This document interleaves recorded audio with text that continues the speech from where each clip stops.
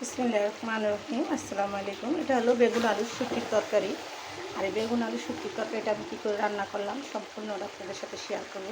আমার ভিডিওটা না টেনে দেখবেন আর এরকম সুস্বাদু রান্না করে খাবেন। চলুন দেখি কী করে রান্নাটা করলাম। দেখতে যেমন অসাধারণ হয়েছে, খেতেও কিন্তু সাধারণ স্বাদ হয়েছে। আপনারা একবার হলো এরকম করে রান্না করে খাবেন। চলুন দেখি।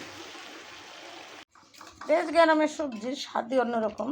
যারা দেশে চলে গেছিলো ঈদে বেড়াইতে, তখন ফিরতে আসার সময় নিয়ে আসছে আমার ছেলের ভাগ্নি, ছেলের বউয়ের ভাগ্নি।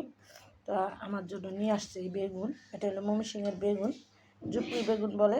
তো এটা কেটে বেছে নিব, পোকামাকড়ও আছে এগুলো বাদ দিয়ে। আপনারা যারা ময়মনসিংহের মানুষ তারা তো অবশ্যই চিনবেন এটা কী বেগুন বলে, আমি তো জানি না।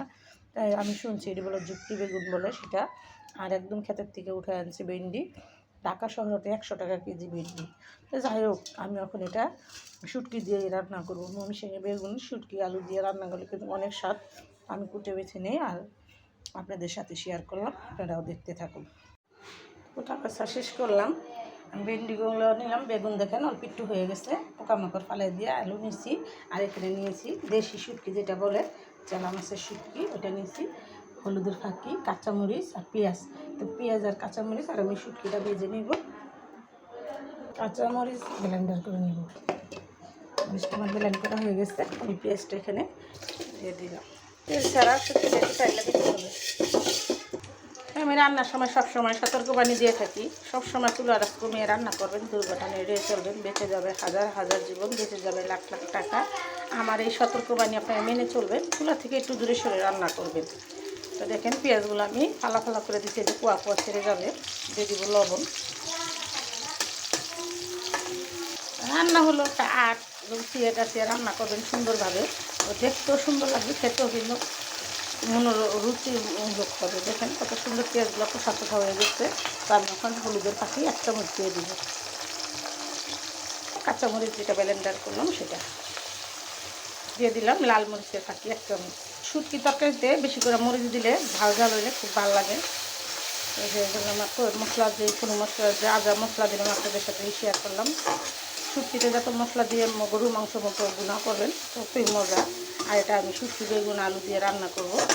এটার মধ্যে আমি সব মশলা দিয়ে দিলাম, কিছুটা পানি এনে দিয়ে দিলাম। এই মশলাটা আমি ভালো করে 5 মিনিট কষিয়ে নেব।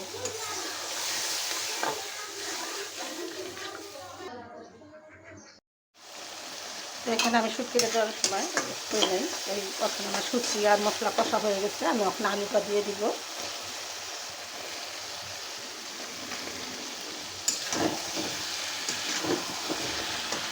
দিয়ে দিব ভেন্ডি।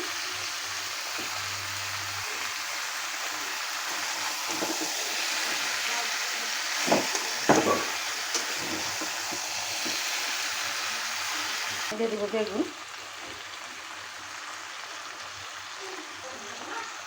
আমি খুন্তিটা ধুয়ে একটু পানি দিয়ে দিব আর রেখে দিব। 10 মিনিট পরে ফিরে আসবো। 10 মিনিট লাগিয়ে আমি তরকারিটা রান্না করব। অল্প একটু পানি দিয়ে দিলাম, একদম মাখো মাখো হবে। তো ফিরে আসবো 10 মিনিট পর। ফিরে আসলাম 10 মিনিট পর। দেখেন বেগুনের ঝোলটা মাখো মাখো হয়ে গেছে। এখানে নিয়েছি বগুড়ার আলু, যেটা সিদ্ধ করে একটু ফাটিয়ে ফাটিয়ে এটার মধ্যে দিয়ে দিব।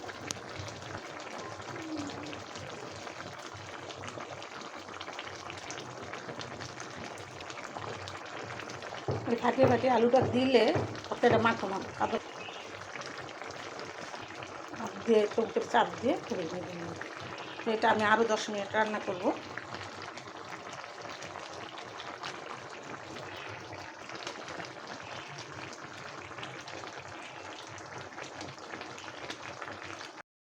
হ্যাঁ, ফিরে আসলাম 10 মিনিট পর। দেখেন আমার তরকারিটা কত সুন্দর মাখো মাখো হয়ে গেছে। আমার তরকারিটা রান্না শেষ।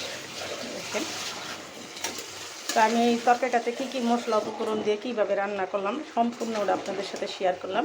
ভিডিওটা না টেনে দেখবেন আর এরকম সুস্বাদু শুটকি দিয়ে বেগুন আলুর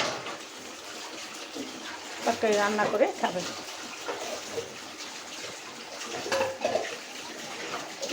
আর ভিডিওটা বড় না করে রেখে দিলাম এখানে।